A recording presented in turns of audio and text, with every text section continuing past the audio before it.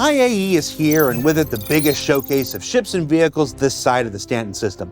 And over the next 2 weeks, we've got videos galore dedicated to the new ships being introduced, the in-universe companies that create them, the way that we make them out here IRL, and updates and reworks to some fan favorites currently in the pipeline.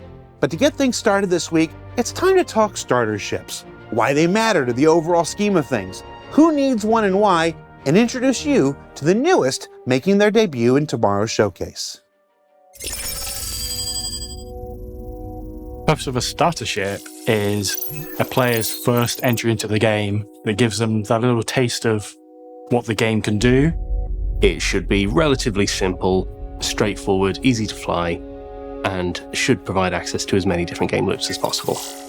They matter in the overall scheme of things because everyone has to start somewhere, so why not start with a little ship that can do a little bit of most things acceptably well to get you ready for the bigger universe. Even if you had every ship in the game, starships still have a purpose in that sometimes you don't want to risk your big value ships or vehicles. Multiplayer or like finding people to play with isn't always like that evident, and you might just feel like playing for an hour or so, and then a starter ship is perfect because you don't have to have a whole team to man it. They're also fun when you're doing something like a Zero to Hero run to get you started and on your way. Zero to Hero is when people start out with one of the basic ships and try and work their way up using only in-game loops and in-game currency to buy one of the larger ships for a certain goal they set themselves. I personally enjoy doing that sometimes because it gives you a new perspective on the game. When you first came into the game, maybe it was 5, 6, 7 years ago, the experience then is different to the experience now, so it gives you that reset and sort of relearn of the game. I think you just made one hell of a good decision. A lot of our current lineup of starter ships were developed back before our game loops really became a proper thing, and that means that we're in a really good position at the moment to introduce a modern starter ship that is set up to work with our modern game loops, and that's where the Drake Cutter comes in. The Drake Cutter is Drake's entry into the starter ship market. It provides a well-rounded experience for one person to just go take on all that the verse can offer. It's a ship that is very straightforward in the way that it's designed. It's designed to get a starter player from A to B as safely as possible while they do their starting gameplay loops. You'll notice the materials and the whole look of the ship and how it's built. It's not really aerodynamic. It's very bolted on and like put together out of like different kinds of metals, and like some are more rusty than others. It's using the Vulture VTOLs. It's also using that Drake signature cladding and paneling that's like bolted on top. It's very functional but robust and slightly janky looking.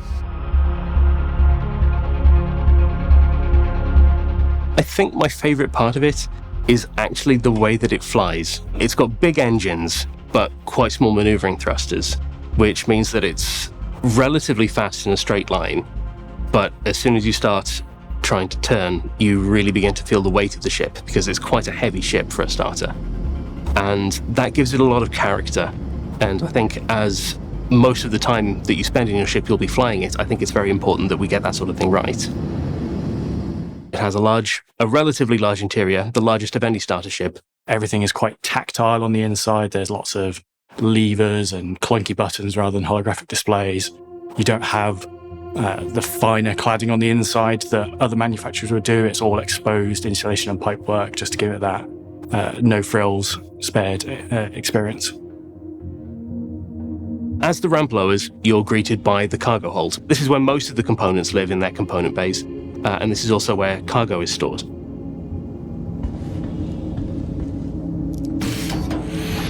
You have a door at the back of the cargo area that leads you through into the hab, which is where the basic amenities that the cutter comes with are. You have your little bathroom,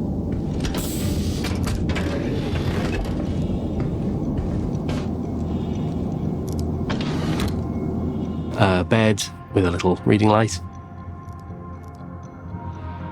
a little storage locker and some shelving. And then through on the other side of the hab is the cockpit, which is where the last two components live, the pilot seat and dashboard.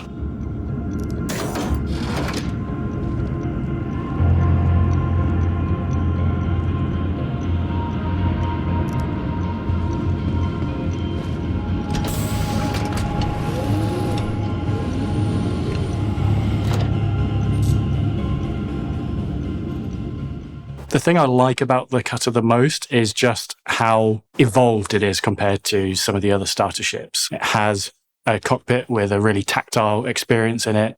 It has onboard living quarters and storage, as well as an actual cargo bay that you can fit cargo and larger things in. So it gives you lots of variety in what you can do with it.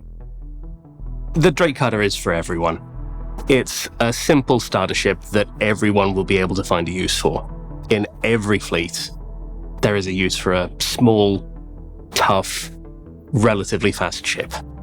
Compared to the other starters, I think a lot of it comes down to personal preference on looks. It's quite a cool looking ship. It's got a bunch of little cool features, like I love the little slidey armor windows that you can pop into place. And yeah, it's just quite well-rounded. It has access to more gameplay loops than you'll get in any other starter. You'll be able to carry other people. You'll be able to carry a vehicle if you're careful. You'll be able to very easily get mission boxes in and out. You can do a little bit of bounty hunting if you're very careful. It makes a very good explorer because it has very large fuel tanks compared to the other starter ships. It's like we took a Cutlass and made it tiny. The Cutter is Drake's first foray into starter ships for the persistent universe, and will become available to all players straight to flyable when the Intergalactic Aerospace Expo 2952 launches proper tomorrow. But who is Drake Interplanetary, creator of the new Cutter, shunned antagonist of Invictus Launch Week, and this year's sponsor of IAE? Let's find out more. Do you have a favorite Drake ship? I love the Buccaneer.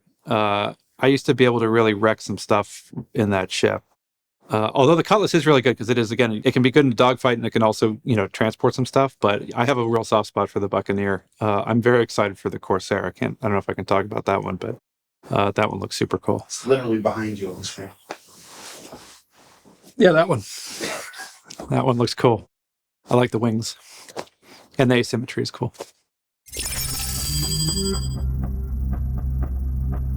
Drake Interplanetary is one of our bigger ship manufacturers, but they sort of, in a nutshell, kind of sell themselves as the bad boys of ship manufacturing.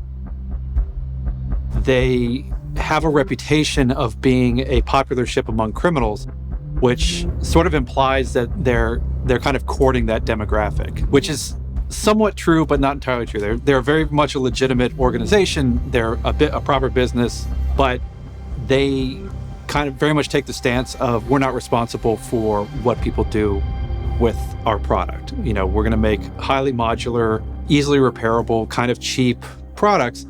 And if people happen to use those for crime, well, that's their choice. We have nothing to do with it. Another aspect to it, too, is the fact that they're so affordable and versatile as far as their ships. That's made them very common. So it's also one of those things, it's like, why it's popular for criminals is that it becomes a very low profile type ship. So the idea being that if I want to commit a crime, I don't want to be driving a supercar. I want to be driving a car that a lot of other people are driving, so I can kind of blend in a little bit easier. So it's been fun kind of riding that line of them sort of teasing their criminal connections while not overtly being a criminal corporation. And so over the past couple of years, their marketing has shifted to much more of a, take back the power. We're trying to provide weapons and tools for the people because you can't trust the government or the military to save you. You need to have the tools to be able to do that yourself. So that's been kind of the thing that's been driving them for the past couple of years and is certainly keying into the current IAE that they're co-sponsoring.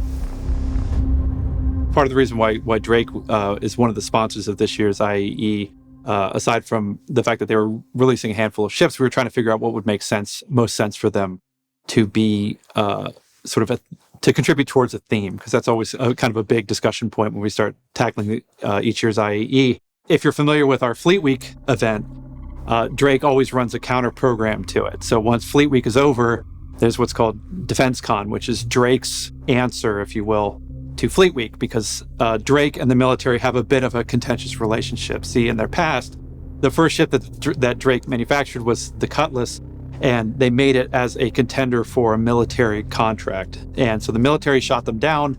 They ended up just saying, hell with it, and we'll release it to the public. And that's how they basically got their start. So there's a little bit of contentiousness between Drake and the military. And so with IAE, their kind of bold message is the military is useless. Basically, you can't trust them. They're not going to be there for you. You need to be in charge of your own destiny, and you need to protect your family, and we're going to provide you the tools to be able to do that. And so one of the fun things, because that's very much on display with a lot of the Defense Con, like branding and advertisements and stuff like that. But one of the fun things is IAE is a much more kind of chill event. It's more downplayed, more low key. IAE as an organization, we like to sort of, talk about them in kind of brand words. So like they're much more intellectual. They're focused on engineering and innovation and stuff like that. And then you have Drake coming in, basically saying like, screw the government, and IAE having to be like, whoa, pump the brakes there, guys. So it becomes a fun balance between finding those moments where Drake kind of pushes through their edginess and overrides the IAE, and also where IAE is able to kind of rise up to kind of tamp down their more provocative messaging. For those living in the past, it's a new generation, and Drake don't give a damn about their bad reputation. Yeah.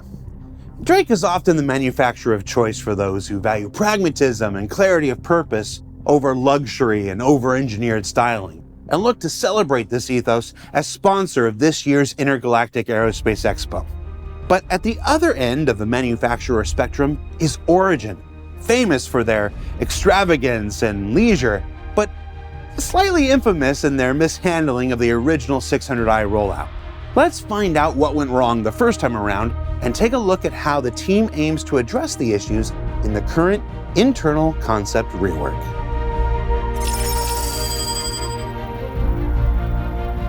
So the 600i, when it first came out, was one of those ships that we talked about in the past that has had a troubled development.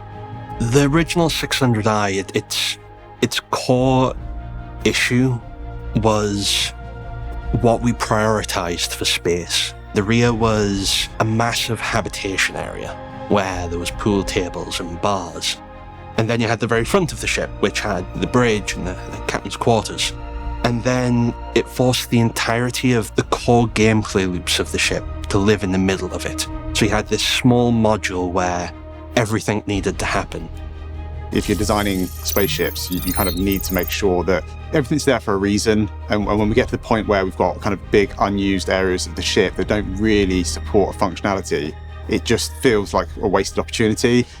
The 600i was done relatively early for Origin as a brand. We'd had the 300, and it was the first really big Origin ship that we decided to do. Since then, we've obviously tackled much larger Origin ships with the 890, and throughout the course of the 890, the Origin style completely evolved from what it was, which you had some very technical and wooden surfaces, to instead have this lovely transition that goes between them, which can be seen across the 890, the clear but smooth divide between the different sections of the ship. In terms of reworking the 600i, we had a sort of very clear brief. We want to bring it up to modern day standards. So there's a lot of features that didn't exist in the game there or weren't accounted for at the time, to integrate those into the ship now, and then to also make better use of the space, because anyone that's been on board a 600i knows there's a lot of walking and going up and down to get to where you want to, and it doesn't really need to be like that.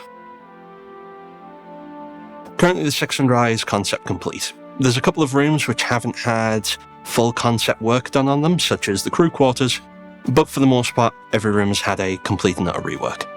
The big change for the module section is its placement. So rather than being the sort of central core of the ship that you had to go through to get to the back half of the ship, it is now in the rear section of the ship, which allowed us to move the common shared areas to the central section.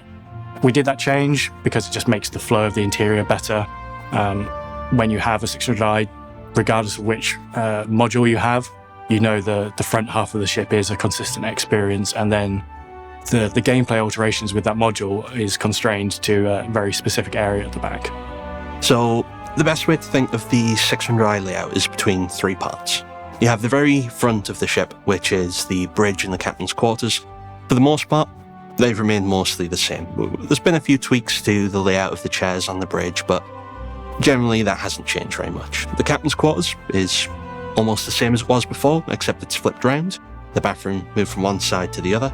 The reason for that is directly behind that, the lobby area.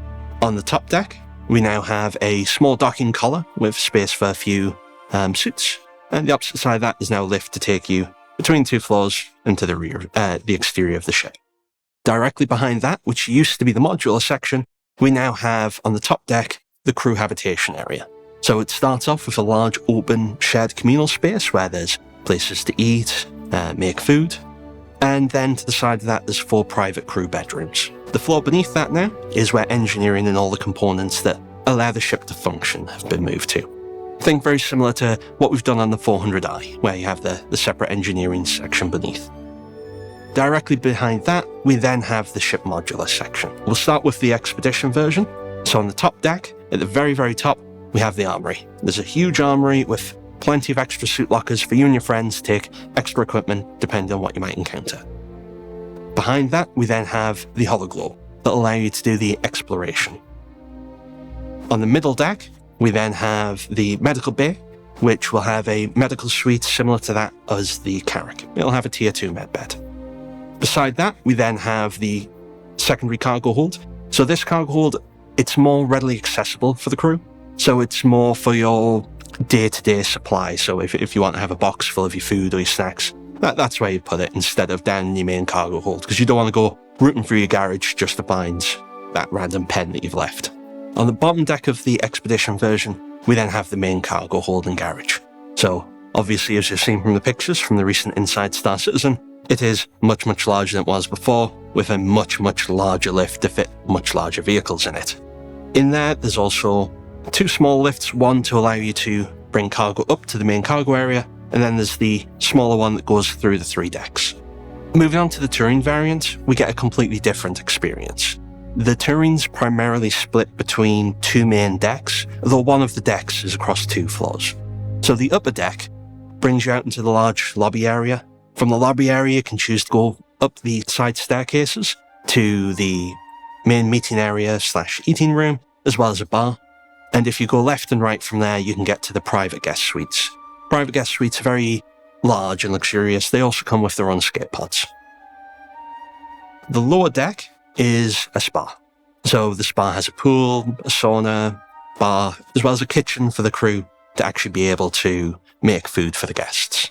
So whilst we're kind of doing a complete or almost a complete rework of the interior, on the exterior of the ship, we're trying to keep it as true to how it is now as we possibly can. There will be some slight changes. We'll need to move the hangar bay doors a little bit. There'll be some additional kind of cutouts for escape pods, and we need to fit the airlock in properly. So there will be some minor changes, but overall we're trying to keep it as close to what you see now as a 600 as we can. So next step is essentially just finding a slot in the production schedule for it. It's about finding the space where we can start doing the production art and designers can get on board with actually making it come alive again. We're all super excited with the work that we've actually done on it. It's just trying to actually get the schedule to align so that we can begin the work on it. It's not going to start today or tomorrow, but it is something we're looking to try and include as soon as we can. I think people should be excited for this rework just because of the significant improvements that the ship gets from this. Not only is a much better interior layout for it, even without the modules, the rest of the ship has just got a good improvement. Components are also updated, and it has extra features such as the med bay, which will just improve the gameplay role of the ship. So yeah, that's an update on the 600i. It's been a bit of a curvy road to get to where we are now, and there's still some work ahead of us before we can really deliver it to the players in the format that we want. But I hope everyone's as excited as we are about kind of finally delivering the original vision of what we want the 600 to be. And I hope everyone has a great IAE. So what did we learn this week? Well, we learned that Drake is making their way into the starter ship game with the addition of a cutter. that it's available to everyone starting tomorrow at this year's IAE event. That Drake itself knows what some folks think about them, but is going to keep on keeping on because they're actually sort of the best. And that it will take a while yet before the 600i rework comes to fruition, but the path forward will be one that's well worth the wait and finally allows this fan favorite to realize its fullest potential in the persistent universe. Now don't forget that in addition to the Intergalactic Aerospace Expo, there's the annual free fly that goes along with it, and your chance to try out nearly every ship and vehicle that Star Citizen has to offer. Be sure you check out the robertspaceindustries.com website for the full details, and then come back tomorrow for a fun twist on our annual IAE ship roundtable for Star Citizen Live. We actually have a roundtable now, or at least a six-sided triangle, or a triangle-shaped hexagon. You can be the judge. For Inside Star Citizen, I'm Jared Huckabee. We'll see you all here next week.